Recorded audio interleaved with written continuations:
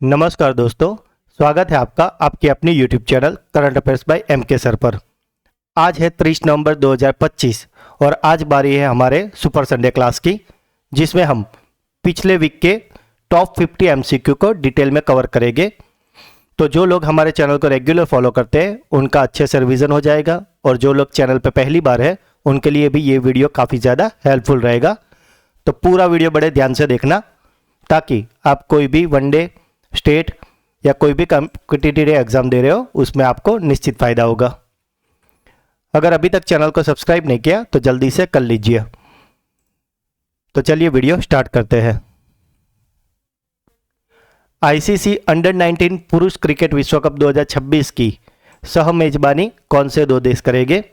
तो दोस्तों, ये जो आईसीसी अंडर 19 पुरुष क्रिकेट विश्व कप 2026 है, ये होने वाला है जिम्बाब्वे और नामीबिया में। यह टूर्नामेंट 15 जनवरी से 6 फरवरी 2026 तक खेला जाएगा। इसमें 16 टीमें भाग लेंगी और कुल 41 मैच खेले जाएंगे। इस संस्करण में तंजानिया अपना पहला अंडर 19 विश्व कप खेलेगा और फाइनल होने वाला है हरारे स्पोर्ट्स क्लब में। और अगर बात करें पिछले संस्करण की, तो 2024 में चैंपियन रहा था Australia. ISB research catalyst award 2025 से किसे सम्मानित किया गया है?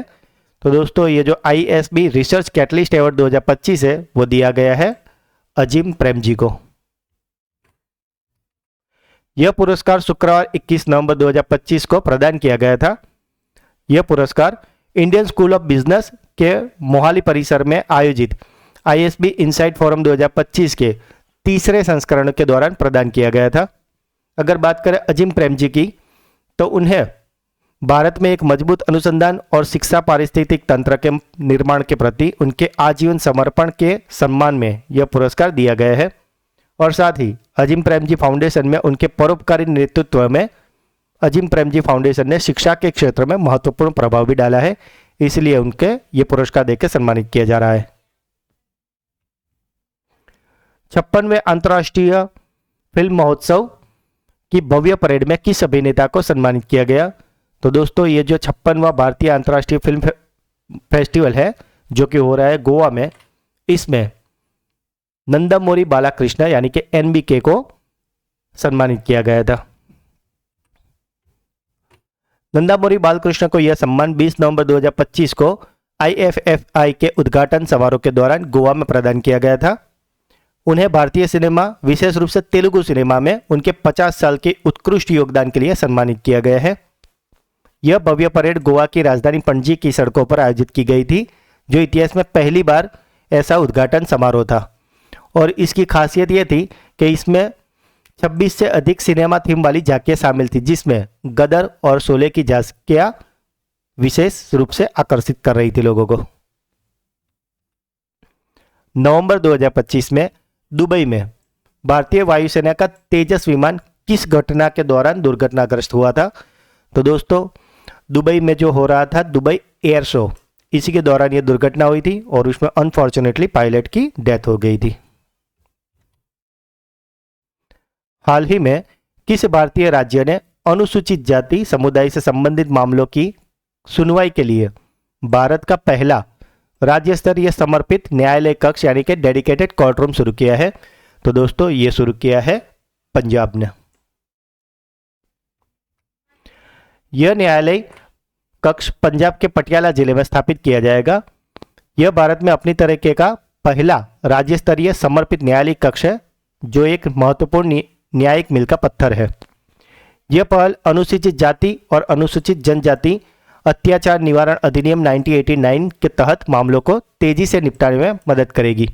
और इसका उद्देश्य है अनुसूचित जाति समुदाय के खिलाफ होने वाले अपराधों और अत्याचारों से संबंधित मामलों की त्वरित और प्रभावी सुनवाई सुनिश्चित करने के लिए स्थापित किया गया है। 69वें national school games under 19 table tennis tournament का आयोजन किस केंद्र शासित प्रदेश में शुरू हुआ है? तो दोस्तों, ये जो 69वां national school games under 19 table tennis tournament है, ये हुआ है जम्मू और कश्मीर में। एग्जाम पॉइंट ऑफ व्यू की अगर बात करें तो यह टूर्नामेंट जम्मू और कश्मीर में आयोजित हुआ था टूर्नामेंट के मैच जम्मू विश्वविद्यालय के जिम्नाजियम हॉल में खेले गए थे। यह प्रतियोगिता 21 नवंबर से लेकर 25 नवंबर 2025 तक आयोजित की गई थी। इस प्रतियोगिता का आयोजन जम्मू और कश्मीर के युवा सेवा एवं खेल निर्देशालय के school game federation of India के तत्वाधान में किया गया था और इसका उद्देश्य था जमीनी स्तर पर युवा प्रतिभाओं को बढ़ावा देना। हाल ही में गूगल ने अमेरिका के बाहर किस देश में अपना सबसे बड़ा कृत्रिम बुद्धिमत्ता यानी कि एआई हार्डवेयर केंद्र खोला है? तो दोस्तों गूगल ने अमेरिका के बाहर अपना एआई हार्डवेयर केंद्र खोला है ताइवान में। इसका उद्देश्य है गूगल के अत्याधुनिक एआई उत्पादों और सेवाओं के लिए आवश्यक हार्डवेयर का विकास, डिजाइन और परीक्षण करना। भारत ने अपनी रक्षा क्षमताओं को मजबूत करने के लिए किस देश के साथ जेवलिन नामक portable anti tank guided missile प्रणाली की डील की है?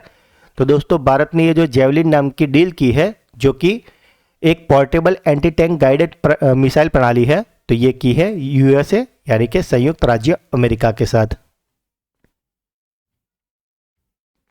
नवंबर 2025 में आयोजित कोलंबो सुरक्षा सम्मेलन की छठी राष्ट्रीय सुरक्षा सलाहकार बैठक के दौरान कौन सा देश समूह का छठा पूर्ण सदस्य बन गया है? तो दोस्तों ये जो कोलंबो सुरक्षा सम्मेलन हुआ था, इसकी छठी राष्ट्रीय सुरक्षा सलाहकार बैठक के दौरान सेशल्स देश इसका पूर्ण सदस्य बन गया है, जो कि अब छठे नंबर का है। यह बैठक 21 नवंबर 2025 को आयोजित की गई थी और ये इसकी छठी राष्ट्रीय सुरक्षा सलाहकार स्तर की बैठक थी और ये नई दिल्ली में आयोजित की गई थी। हाल ही में ड्रोन विनिर्माण और नवाचार को बढ़ावा देने के लिए एयरस्पेस इंडस्ट्री ने किस भारतीय राज्य में एक ड्रोन सिटी स्थापित करने के लिए राज्य सरकार के साथ समझौता ज्ञापन यानी कि एमओयू पर हस्ताक्षर किए हैं? तो दोस्तों ये जो ड्रोन सिटी बनने वाली है, ये बनने वाली है उत्तर प्रदेश के नोएडा में। कैंटर ब्रांड्स 2025 की रिपोर्ट के अनुसार भारत में सबसे मूल्यवान ब्रांड यानी कि मोस्ट वैल्यूएबल ब्रांड के रूप में कौन सा बैंक शीर्ष पर रहा है? तो दोस्तों ये जो कैंटर ब्रांड्स 2025 की रिपोर्ट आई थी, इसमें शीर्ष पे है एचडीएफसी बैंक। अगर दूसरे और तीसरे नंबर की बात करें तो दूसरे नंबर पे था एयरटेल टेलीकॉम और तीसरे पे था एसबीआई बैंकिंग। हाल ही में एसआरएफआई इंडियन ओपन 2025 में महिला एकल खिताब किसने जीता है? तो दोस्तों ये जो एसआरएफआई इंडियन ओपन 2025 था, इसमें महिला एकल खिताब जीत लिया है अनाहत सिंह ने। यही है Anahat Singh. Exam point of view की अगर बात करें तो भारतीय स्क्वैश खिलाड़ी अनाहत सिंह ने एसआरएफआई इंडियन ओपन 2025 जीत ली है। यह प्रतियोगिता हाल ही में नवंबर 2025 में चेन्नई तमिलनाडु में आयोजित की गई थी। अनाहत सिंह ने फाइनल में अपने से ऊंची रैंक वाली भारतीय खिलाड़ी जिनका नाम था तन्वी खन्ना, उनको हराया था। वर्तमान में यानी कि नवंबर 2025 तक पेशेवर स्क्वैश एसोसिएशन विश्व रैंकिंग की अगर बात करें तो अनाहत सिंह रैंक में लगभग विश्व में 65वें स्थान पे है। नवंबर 2025 में हुए blind women's T20 world cup का खिताब किस देश ने जीता है? तो दोस्तों ये खिताब भी जीत लिया है हमारे देश भारत ने। भारतीय महिला ब्लाइंड क्रिकेट टीम ने blind women's T20 world cup जीत लिया है। इस टूर्नामेंट का ये पहला या प्रारंभिक संस्करण ही था, यानी कि पहली बार ये खेला गया था और इसे भारत ने जीत लिया है। यह टूर्नामेंट का आयोजन बेंगलुरु भारत में ही किया गया था और फाइनल मुकाबले में ऑस्ट्रेलिया की टीम को हमने हराया था। यह tournament the blind cricket association of India द्वारा आयोजित किया गया था। हाल ही में किस राज्य के पारंपरिक हथियार या उपकरण को जिसका नाम है दाओ, इसको जीआई टैग मिला है? तो दोस्तों ये जो दाओ पारंपरिक हथियार है, ये है अरुणाचल प्रदेश का। ये जो आप इमेज देख रहे हो, यही है वो पारंपरिक हथियार जिसका नाम है दाओ। दाओ एक पारंपरिक हाथ का औजार हथियार है जो अरुणाचल प्रदेश, मुख्य रूप से बात करें तो न्यासी समुदाय से जुड़ा हुआ है। दाओ एक बहुउद्देशीय उपकरण है जिसका उपयोग कटाई, शिकार और रोजमर्रा के काम के लिए किया जाता है। यह अपने विशिष्ट आकार, संतुलन और स्थायित्व के लिए जाना जाता है, जिसे स्थानीय कारीगरों द्वारा हस्तनिर्मित किया जाता है। यह अरुणाचल प्रदेश के विभिन्न समुदायों की सांस्कृतिक पहचान का भी एक अभिन्न अंग है। हाल ही में सिकल सेल बीमारी के लिए लॉन्च की गई भारत की पहली स्वदेशी CRISPR आधारित जीन थेरेपी का नाम क्या है? तो दोस्तों, ये जो भारत ने पहली स्वदेशी CRISPR जीन थेरेपी बनाई है, इसका नाम है बिरसा 101। बिरसा 101 यह भारत की पहली स्वदेशी CRISPR Cas9 जीन एडिटिंग तकनीक पर आधारित थेरेपी है। यह थेरेपी सिकल सेल बीमारी के इलाज के लिए डिजाइन की गई है, जो एक गंभीर आनुवंशिक रक्त विकार है। इसे मुख्य रूप से CSIR institute of genomics and integrative biology नई दिल्ली के वैज्ञानिकों द्वारा विकसित किया गया है और इसका उद्देश्य है इस बीमारी के मूल आनुवंशिक कारण को ठीक करना है, न कि केवल लक्षणों को सिर्फ प्रबंधन करना है। हाल ही में संपन्न हुए ऑस्ट्रेलियाई ओपन 2025 बैडमिंटन टूर्नामेंट में पुरुष एकल का खिताब किस भारतीय खिलाड़ी ने जीता है? तो दोस्तों, ये जो ऑस्ट्रेलिया ओपन 2025 बैडमिंटन टूर्नामेंट थी, इसमें पुरुष एकल का खिताब जीत लिया है लक्ष्य सेन ने। लक्ष्य सेन ने ऑस्ट्रेलिया ओपन 2025 बैडमिंटन टूर्नामेंट जीत लिया और इसका आयोजन हुआ था सिडनी, ऑस्ट्रेलिया में। लक्ष्य सेन ने फाइनल के मुकाबले में मलेशिया के खिलाड़ी जिसका नाम था लियोंग जुन हाओ, इसको सीधे गेमों में हराकर यह खिताब जीता है। यह BWF सुपर 500 स्तर का टूर्नामेंट था।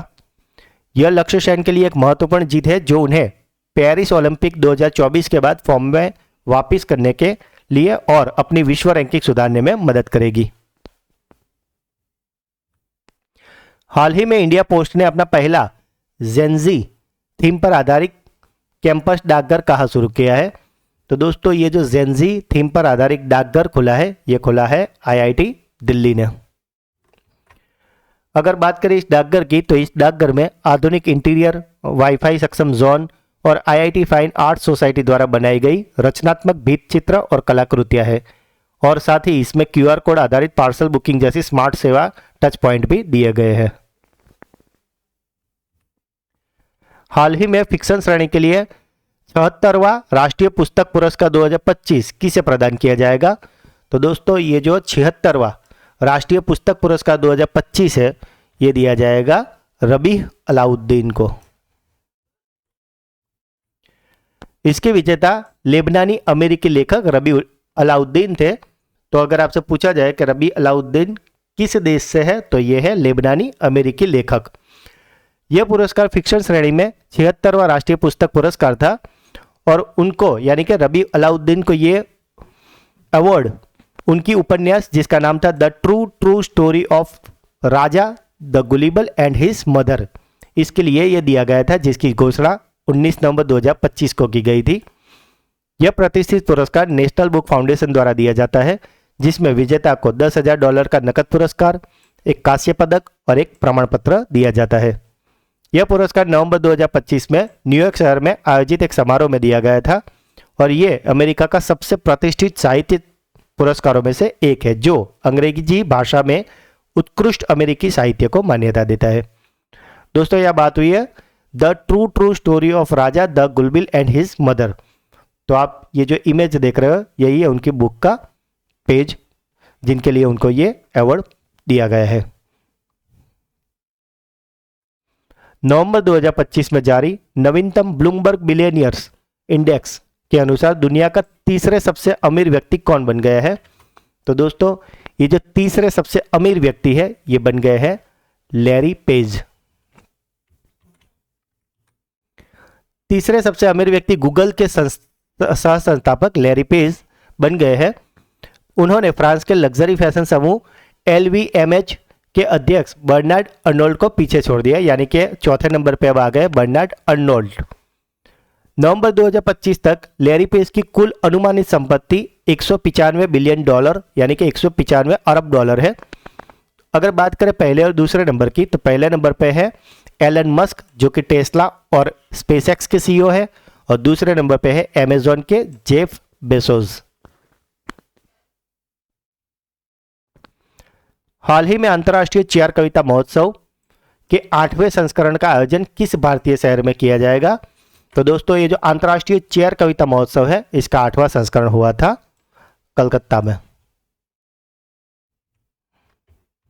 एग्जाम पॉइंट ऑफ व्यू की अगर बात करें तो इस महोत्सव का आयोजन 28 से 30 नवंबर 2025 तक पश्चिम बंगाल के कोलकाता शहर में किया जाएगा और ये इस प्रतिष्ठित समारोह का 8वां संस्करण था और इसका उद्देश्य है विभिन्न देशों और भाषाओं के कवियों को एक साथ लाना, कविता के माध्यम से सांस्कृतिक आदान प्रदान को बढ़ावा देना और शांति व भाईचारे का संदेश फैलाना है। इस महोत्सव में लगभग 15 से अधिक देशों के कवियों और प्रतिनिधियों ने भाग लिया। आयोजन के दौरान लगभग 10 से अधिक विभिन्न भाषाओं की कविताओं का पाठ किया गया था, जिसमें बंगाली, हिंदी, अंग्रेजी और विभिन्न अंतर्राष्ट्रीय भाषाएं शामिल थी।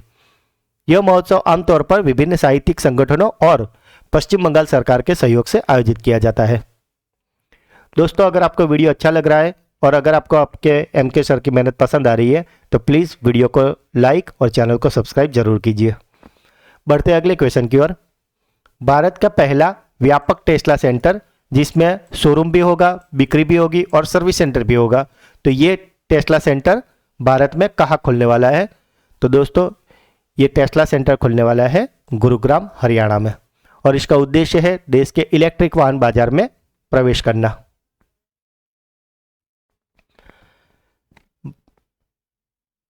भारतीय सिनेमा में धर्मेंद्र जी के उत्कृष्ट योगदान के लिए भारत सरकार द्वारा किस वर्ष में उन्हें पद्म भूषण पुरस्कार से सम्मानित किया गया था?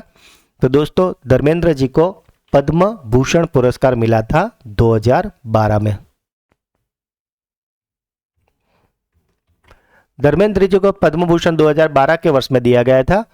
उन्हें इसके अलावा भी कई सारे सम्मान मिले थे, जिसमें से अगर प्रमुख की बात करें तो 1997 में भारतीय सिनेमा में उनके योगदान के लिए film fair life time achievement award, 2007 में international Indian film academy award और 2005 में जी सिने अवार्ड जैसे महत्वपूर्ण अवार्ड भी शामिल है। उनका पूरा नाम धर्मेंद्र उत्तम कृष्णा देओल था और उनका जन्म 8 दिसंबर 1935 को लुधियाना में हुआ था।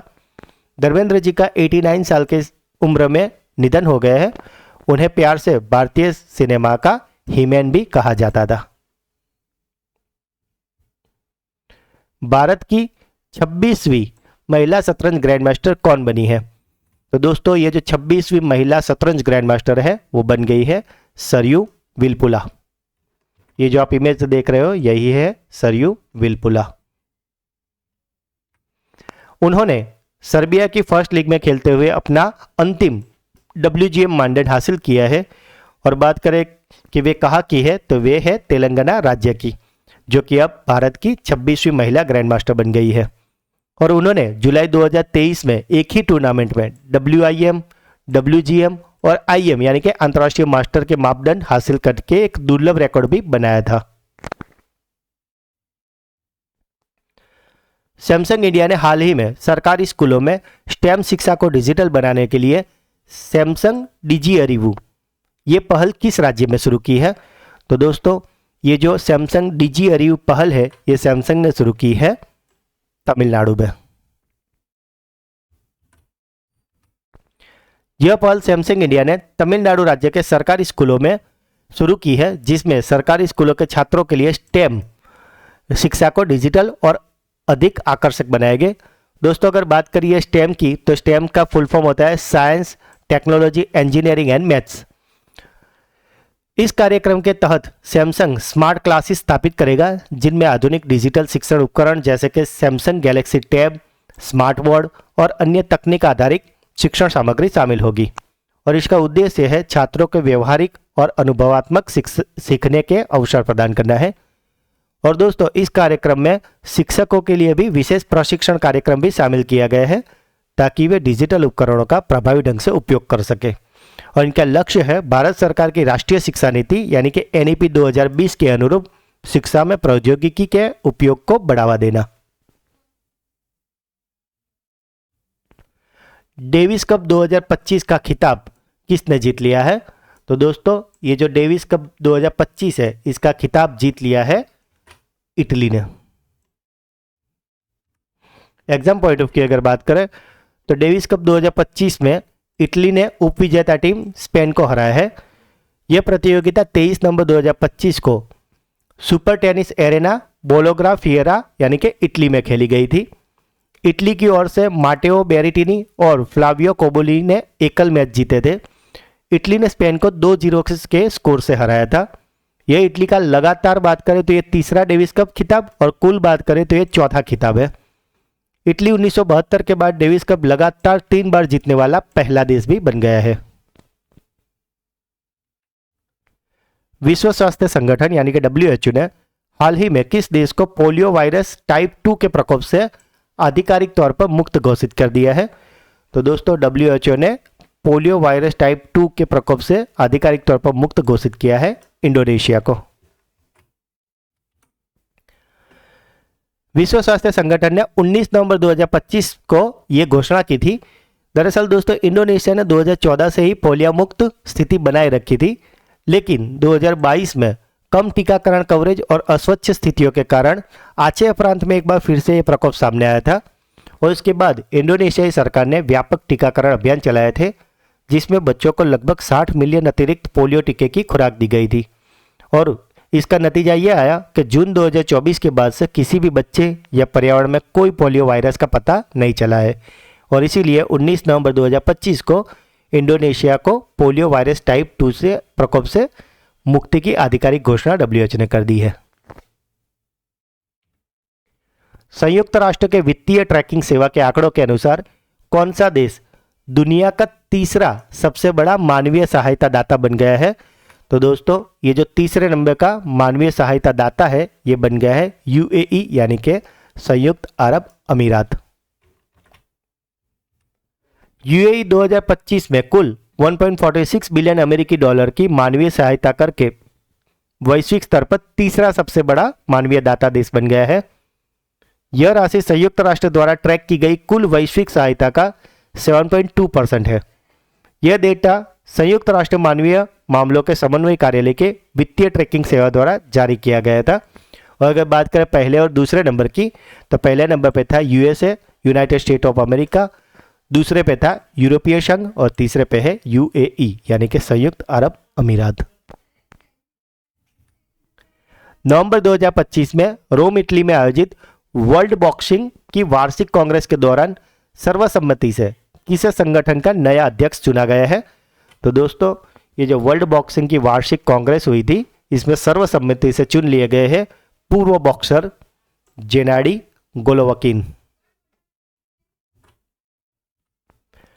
राष्ट्रीय महिला आयोग ने हाल ही में महिलाओं को सहायता प्रदान करने के लिए एक नया 24/7 टोल फ्री हेल्पलाइन नंबर शुरू किया है। तो वह नंबर कौन सा है? तो दोस्तों ये जो 24/7 टोल फ्री नया हेल्पलाइन नंबर है ये नंबर है 14490 और इसकी टैगलाइन है आपकी सुरक्षा हमारा संकल्प, चुप्पी नहीं कार्यवाही चुनिए। हाल ही में किसने 2025 लास वेगास ग्रैंड पिक्स जीता है? तो दोस्तों ये जो लास वेगास ग्रैंड पिक्स होता है जो कि कार रेसिंग की स्पर्धा होती है जो ज़्यादातर रात्रि के समय पर होती है और इसे जीत लिया है मैक्स वेरस्टेपेन ने। यह प्रतियोगिता 22 और 23 नवंबर 2025 को लास वेगास स्ट्रिप सर्किट यानी कि संयुक्त राज्य अमेरिका में हुई थी। संविधान दिवस 2025 कब मनाया गया था? तो दोस्तों ये जो संविधान दिवस 2025 है ये मनाया गया था 26 नवंबर को। इसे राष्ट्रीय कानून दिवस के नाम से भी जाना जाता है। 2015 में केंद्र सरकार ने डॉक्टर BR आम्बेडकर की 125वीं जयंती वर्ष के उपलक्ष्य में 26 नवंबर को प्रतिवर्ष संविधान दिवस के रूप में मनाने की घोषणा की थी। संविधान को 26 नवंबर 1949 को अपनाया गया था और साथ ही 26 जनवरी 1950 को लागू किया गया था, जिस दिन हम प्रजासत्ताक दिन मनाते हैं। संविधान बनाने में 2 साल 11 महीने और 18 दिन लगे थे। डॉक्टर BR आम्बेडकर को भारतीय संविधान का जनक माना जाता है। यह समारोह नई दिल्ली स्थित संविधान सदन के केंद्रीय कक्ष में आयोजित किया गया था और 2025 की इसकी थीम थी हमारा संविधान हमारा स्वाभिमान। महिला कबड्डी विश्व कप 2025 का खिताब किसने जीता है? तो दोस्तों ये जो महिला कबड्डी विश्व कप 2025 है इसे भी जीत लिया है हमारे देश भारत ने। फाइनल में भारत ने चीनी ताइपे को 35-28 के स्कोर से हराया था। 61वां नेहरू हॉकी टूर्नामेंट 2025 किस टीम ने जीता है? तो दोस्तों ये जो नेहरू हॉकी टूर्नामेंट 2025 हुआ था, जो कि 61वां संस्करण था, ये जीता है रेलवे स्पोर्ट्स प्रमोशन बोर्ड यानी कि RSPB ने। इसका आयोजन 14 से 25 नवंबर 2025 तक नई दिल्ली के शिवाजी स्टेडियम में हुआ था और रेलवे स्पोर्ट्स प्रमोशन बोर्ड ने भारतीय नौसेना को फाइनल में 3-0 से हराया था, यानी कि रनर अप रही थी भारतीय नौसेना। किस देश में स्थित हेलीगुब्बी ज्वालामुखी में विस्फोट हुआ है? तो दोस्तों ये जो हेलीगुब्बी ज्वालामुखी है जिसमें हाल ही में विस्फोट हुआ है, ये है इथियोपिया का। इथियोपिया में ये शांत ज्वालामुखी जिसका नाम है हेलीगुब्बी 23 नवंबर 2025 को लगभग 10,000 वर्षों में पहली बार विस्फोट हुआ था और यह विस्फोट इतना भयानक था कि 10 से 15 किलोमीटर ऊंचा राख का बादल बना था और इससे जो सल्फर डाइऑक्साइड गैस निकली थी वो लाल सागर पार करके ओमान और यमन तक भी पहुंच गई थी। भारतीय सेना की नई वर्दी का आधिकारिक नाम क्या है, जिसके डिजाइन और डिजिटल कैमफ्लैग पैटर्न के लिए भौतिक संपदा अधिकार यानी कि IPR दिए गए हैं? तो दोस्तों ये जो भारतीय सेना की नई वर्दी है इसका नाम है digital combat pattern uniform. Digital combat pattern uniform का अन्य नाम कॉम्बैट सूट या न्यू पैटर्न यूनिफॉर्म भी इसको कहा जाता है और इसे राष्ट्रीय फैशन प्रौद्योगिकी संस्थान यानी कि निफ्ट द्वारा डिजाइन किया गया है। इसमें आधुनिक डिजिटल कैमफ्लैग पैटर्न है जो सैनिकों को विभिन्न प्रकार के इलाकों में छिपने में मदद करता है। इस नई वर्दी को 15 जनवरी 2022 को सेना परेड के दिन पे प्रदर्शित किया गया था और अब इसे IPR प्राप्त होने से यह सुनिश्चित होगा कि केवल सेना द्वारा जो अधिकृत विक्रेता होंगे वही इस पैटर्न का उत्पादन कर सकते हैं और इससे फायदा ये होगा कि इसकी सुरक्षा और गुणवत्ता बनी रहेगी। दोस्तों अगर आपको ये वीडियो अच्छा लग रहा है और अभी तक आपने चैनल को सब्सक्राइब नहीं किया तो आपसे रिक्वेस्ट है कि आप प्लीज़ चैनल को सब्सक्राइब कर दीजिए। बढ़ते अगले क्वेश्चन की ओर। ICC T20 वर्ल्ड कप 2026 के लिए किसे ब्रांड एम्बेसडर नियुक्त किया गया है? तो दोस्तों ये जो ICC T20 वर्ल्ड कप 2026 है इसके ब्रांड एम्बेसडर बन गए हैं हिटमैन के नाम से मशहूर रोहित शर्मा। राष्ट्रीय दुग्ध दिवस यानी कि नेशनल मिल्क डे भारत में प्रतिवर्ष कब मनाया जाता है? तो दोस्तों ये जो नेशनल मिल्क डे है ये मनाया जाता है भारत में 26 नवंबर को।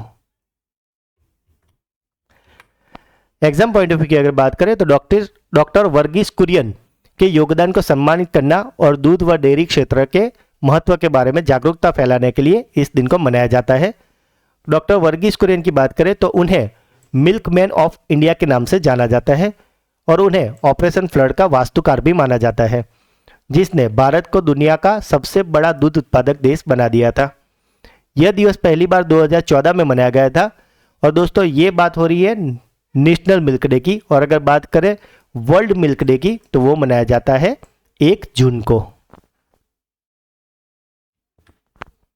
पंजाब सरकार ने किन स्थानों या शहरों को पवित्र नगर का दर्जा दिया है? तो दोस्तों ये जो पंजाब सरकार है उसने श्री आनंदपुर साहिब, तलवंडी साबो और अमृतसर वर्ल्ड सिटी इन तीनों शहरों को पवित्र नगर का दर्जा दिया है, यानी कि हमारा जवाब है उपरोक्त सभी। यह ऐतिहासिक निर्णय 24 नवंबर 2025 को लिया गया था। सिख धर्म के जो 5 तख्त हैं उनमें से 3 यानी कि श्री अकाल तख्त साहिब, तख्त श्री दमदमा साहिब और तख्त श्री केसरगढ़ साहिब होने के कारण इन स्थानों की धार्मिक मर्यादा बनाए रखना जरूरी था और इसीलिए इन्हें पवित्र नगर का दर्जा दिया गया है।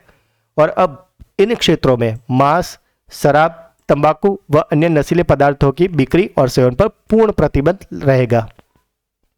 यह फैसला गुरु तेग बहादुर जी की 350वीं शहीदी दिवस को समर्पित पंजाब विधानसभा के विशेष सत्र के दौरान लिया गया था। किस देश ने 16 साल से कम उम्र के उपयोगकर्ताओं के लिए सोशल मीडिया खातों पर प्रतिबंध लगाने की योजना को मंजूरी दे दी है। तो दोस्तों अभी कुछ टाइम पहले ही 15 साल से कम उम्र के लिए ये ऐसा बैन लगाया था डेनमार्क ने, और अब 16 साल से कम उम्र के लिए सोशल मीडिया बैन कर दिया है मलेशिया ने। और ये जो बैन है ये 2026 से लागू होने वाला है, और इससे पहले ऑस्ट्रेलिया भी ऐसा ही बैन लगा चुका है। भारत की 27वीं महिला शतरंज ग्रैंड मास्टर कौन बनी है? दोस्तों अभी आगे ही हमने 26वीं महिला शतरंज ग्रैंड मास्टर के बारे में देखा है, और अब बात हो रही है 27वीं महिला शतरंज ग्रैंड मास्टर की। तो वो बन गई है ईशा शर्मा। और अगर बात करें ईशा शर्मा की तो वह कर्नाटक की पहली महिला ग्रैंड मास्टर भी बन गई है। यही है ईशा शर्मा जी, जो कि 27वीं महिला शतरंज ग्रैंड मास्टर बन गई है। यूरोप ने किस देश को G8 समूह में फिर से शामिल होने के लिए सहमति दी है? तो दोस्तों ये जो यूरोप ने सहमति दी है G8 समूह में शामिल होने की, वो देश है रूस यानी कि रशिया। जब ये ग्रुप बना था तब उसमें सिर्फ 7 कंट्री थी, और तब उसका नाम था G7, और उस टाइम पे उसमें थे United kingdom, Germany, Italy, Canada, संयुक्त राज्य अमेरिका, जापान और फ्रांस। ये 7 देशों ने मिलकर शुरू किया था G7। 1976 से लेकर 1997 तक ये G7 के रूप में ही कार्य करता था, पर उसके बाद उसमें रशिया को शामिल कर लिया गया था और फिर वो बन गया था G8। पर बाद में मार्च 2014 में यूक्रेन में जो घटनाएं हुई थी और रूस और पश्चिम के बीच रिश्तों में बिगड़ाव के कारण बराक ओबामा की अध्यक्षता के दौरान इसे फिर से G7 के रूप में ले गया था, यानी कि रशिया इसमें से बाहर हो गया था। पर अब 2025 में फिर से यूरोप ने G8 समूह में रशिया को फिर से शामिल होने के लिए सहमति दे दी है। नवंबर 2025 में न्यूयॉर्क शहर में आयोजित 53वें इंटरनेशनल एमी अवार्ड्स में सर्वश्रेष्ठ अभिनेता का खिताब किसे दिया गया है? तो दोस्तों ये जो सर्वश्रेष्ठ अभिनेता बने हैं इंटरनेशनल एमी अवार्ड्स में, वो है ओरियल प्ला। यही है मिस्टर ओरियल प्ला, जो कि बन गए सर्वश्रेष्ठ अभिनेता। स्पेन के ओरियल प्ला को स्पेनिश ड्रामा सीरीज जिसका नाम था यो एडिक्टो में उनके किरदार के लिए यह पुरस्कार मिला है। तो अगर आपसे पूछे कि किसने जीता है तो ओरियल प्ला, वे किस देश के हैं तो वह है स्पेन, और किस फिल्म या सीरीज के लिए मिला है तो उनकी सीरीज का नाम था यो एडिक्टो। यह समारोह New York Hilton mid town New York शहर यानी कि संयुक्त राज्य अमेरिका में हुआ था, और यह हुआ था 24 नवंबर 2025 को। भारत की अगर बात करें तो भारत के अभिनेता दिलजीत दोसांझ भी उनकी फिल्म अमर सिंह चमकीला के लिए नामांकित हुए थे, लेकिन वह पुरस्कार जीतने से चूक गए थे। राष्ट्रीय जन्म दर बढ़ाने के लिए किस देश ने कर छूट व सामाजिक उपाय सुझाए हैं? तो दोस्तों ये जो देश है जिसने जन्म दर बढ़ाने के लिए कर में छूट दी है, ये देश है लिथुआनिया। दरअसल दोस्तों इस देश में ऐसा प्रावधान किया गया है कि अगर 2 या 2 से अधिक बच्चे वाले परिवार होंगे तो उन्हें प्रत्येक अतिरिक्त बच्चे के जन्म के बाद 5 साल तक शून्य आयकर यानी कि 0 इनकम टैक्स का प्रावधान किया गया है, यानी कि 5 साल तक उनको कोई इनकम टैक्स देना नहीं पड़ेगा। किस देश के केंद्रीय बैंकों ने अपनी राष्ट्रीय मुद्रा रियाल की वैश्विक पहचान और स्थिति को मजबूत करने के उद्देश्य से एक आधिकारिक नया मुद्रा प्रतीक लॉन्च किया है? तो दोस्तों जैसे कि भारत का जो मुद्रा है उसका सिंबल है रुपया, जो कि ऐसे होता है। जो अमेरिका है उसका है डॉलर, जो कि ऐसा होता है। और अब एक नया, ये जो आप इमेज में देख सकते हो, ऐसा एक नया प्रतीक आ गया है, और ये है ओमान का। नवंबर 2025 में नई दिल्ली में आयोजित होने वाले चाणक्य रक्षा संवाद का कौन सा संस्करण आयोजित किया जाएगा? तो दोस्तों ये जो चाणक्य रक्षा संवाद है जो कि नई दिल्ली में होने वाला है, ये इसका 3रा संस्करण है। यह 3रा संस्करण माणेकशॉ सेंटर नई दिल्ली में 27 और 28 नवंबर 2025 को आयोजित हुआ है। यह संवाद भारतीय सेना और विभिन्न थिंक टैंक द्वारा संयुक्त रूप से आयोजित किया जाता है, और इसका उद्देश्य भू राजनीतिक चुनौतियों पर चर्चा करना और भारत के व्यापक राष्ट्रीय सुरक्षा उद्देश्यों को बढ़ावा देना है। और थीम आपको याद रखनी है अच्छे से, क्योंकि एग्जाम में थीम से रिलेटेड क्वेश्चन होते हैं। तो इसकी थीम थी सुधार से रूपांतरण, सशक्त, सुरक्षित और विकसित भारत। वर्ल्ड्स स्ट्रॉन्गेस्ट वुमन का ये जो प्रतियोगिता हुई थी इसे किसने जीत लिया है? तो दोस्तों ये जो वर्ल्ड्स स्ट्रॉन्गेस्ट वुमन है ये बन गई है एंड्रियो थॉम्सन। यही है वर्ल्ड की strongest woman. Exam point of view की अगर बात करें तो यह प्रतियोगिता अर्लिंगटन टेक्सास यानी कि अमेरिका में आयोजित की गई थी। दरअसल दोस्तों ये जब प्रतियोगिता हुई थी और जब इसका रिजल्ट आया था तब ये विवादों में गिर गई थी। दरअसल जब रिजल्ट आया था तब अमेरिकी एथलीट जिनका नाम है जेमी बुकर, इसको शुरू में विजेता घोषित किया गया था और ये जो एंड्रियो थॉम्सन है उन्हें दूसरा स्थान दिया गया था। पर बाद में जेमी बुकर को यह कहते हुए अयोग्य घोषित कर दिया गया कि वह जैविक रूप से पुरुष थी, जिसके बाद दूसरे स्थान पर रही एंड्रिया थॉम्सन को विजेता घोषित किया गया था और अब वे 2025 की दुनिया की सबसे ताकतवर महिला घोषित हो गई है। और अगर बात करें एंड्रिया थॉम्सन की तो वे यूनाइटेड किंगडम यानी कि ब्रिटेन की रहने वाली है। हाल ही में 141 वर्ष की उम्र में निधन हुए गैलापागोस कछुआ जिसका नाम है ग्रैम्मा, इसका निधन हुआ है। वह किस चिड़ियाघर में या किस स्थान पर था? तो दोस्तों ये जो ग्रैम्मा कछुआ था जो कि 141 साल की उम्र में निधन हुआ है वो था सैन डिएगो चिड़ियाघर में। ये जो आप पास में इमेज देख रहे हो यही है ग्रैम्मा और ये जो आप जू का फोटो देख रहे हो यही है सैन डिएगो जू। यह कछुआ अमेरिका के कैलिफोर्निया से सैन डिएगो जू में अपने मूल गैलापागोस हाउस में पैदा हुआ था और रिकॉर्ड के अनुसार वे 1928 या 1931 में ब्रोंक्स जू से इस जू में लाया गया था। राष्ट्रपति द्रौपदी मुर्मू ने नवंबर 2025 में अपने कार्यकाल के दौरान पहली बार किस राज्य की विधानसभा के सदस्यों को संबोधित किया है? तो दोस्तों ये संबोधित किया है ओडिशा की विधानसभा को। ओडिशा विधानसभा में 27 नवंबर 2025 में शीतकालीन सत्र का यह पहला दिन था। यह किसी सेवारत राष्ट्रपति द्वारा ओडिशा विधानसभा में दिया गया पहला संबोधन था, इसलिए भी यह चर्चा में है। राष्ट्रपति मुर्मू ने अपने संबोधन के दौरान इसे भावनात्मक क्षण बताया था और कहा कि विधानसभा के सदस्य के रूप में यह उनके लिए घर वापसी जैसा महसूस होता है। साथ ही उन्होंने सदन की गरिमा बनाए रखने और चर्चा और बहस के उच्च मानकों का पालन करने की आवश्यकता पर भी बल दिया था। 72वें अखिल भारतीय सहकारी सप्ताह समारोह के दौरान सर्वश्रेष्ठ लाभ कमाने वाली बैंक का पुरस्कार किस बैंक को दिया गया है? तो दोस्तों ये जो सर्वश्रेष्ठ लाभ कमाने वाली बैंक थी ये बन गई है RCMS बैंक। दोस्तों अगर बात करें RCMS बैंक की तो इसका पूरा नाम है रानी चन्नम्मा महिला सहकारी बैंक, जो कि है बेलगावी जिले में, जिसको अब सर्वश्रेष्ठ प्रदर्शन करने के लिए ये पुरस्कार दिया गया है और ये है कर्नाटक में। यह सम्मान हावरी कर्नाटक में आयोजित 72वें अखिल भारतीय सहकारी समारोह के दौरान प्रदान किया गया था। पुरस्कार Karnataka state urban cooperative banks federation द्वारा दिया गया था और आपके लिए इंपॉर्टेंट है थीम, तो इस बार की थीम थी सहकारिता, आत्मनिर्भर भारत के वाहक। 53वें अंतर्राष्ट्रीय एमी पुरस्कारों में सर्वश्रेष्ठ अभिनेत्री का पुरस्कार किसे प्रदान किया गया था? दोस्तों अभी जस्ट हमने आगे कुछ क्वेश्चन में देखा था कि 53वें अंतर्राष्ट्रीय एमी पुरस्कारों में सर्वश्रेष्ठ अभिनेता कौन है, और ये क्वेश्चन है सर्वश्रेष्ठ अभिनेत्री के बारे में। तो 53वें अंतर्राष्ट्रीय एमी पुरस्कारों में सर्वश्रेष्ठ अभिनेत्री बन गई है Anna Maxwell Martin. Exam point of view की अगर बात करें तो Anna Maxwell Martin United Kingdom यानी कि यूके की एक अंग्रेजी अभिनेत्री है। तो अगर आपसे पूछा जाए कि ये किस देश की है तो ये है यूके की। अगर बात करें उन्हें ये अवार्ड किसके लिए मिला है तो उन्हें ITV की ट्रू टाइम मिनी सीरीज जिसका नाम था अंटिल आई किल यू, इसमें उनके अभिनय के लिए यह पुरस्कार मिला है।